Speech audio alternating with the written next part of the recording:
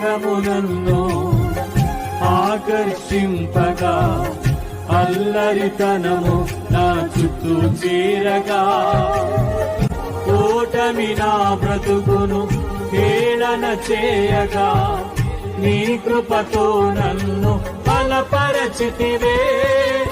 ఇంతగా నన్ను హెచ్చించుటకు ఏ పాటి వాడను యేసయ్యా. ఇంతగా నన్ను హెచ్చించుటకు ఏ పాటి వారము యేసయ్యా. నీ కృపకు ఎల్లప్పుడు కృతజ్ఞులము, నీ కృపకు ఎల్లప్పుడు కృతజ్ఞులు. అందరూ కృపయే స్వరమెత్తి గట్టిగా చెప్పండి. ఆయన కృప లేకపోతే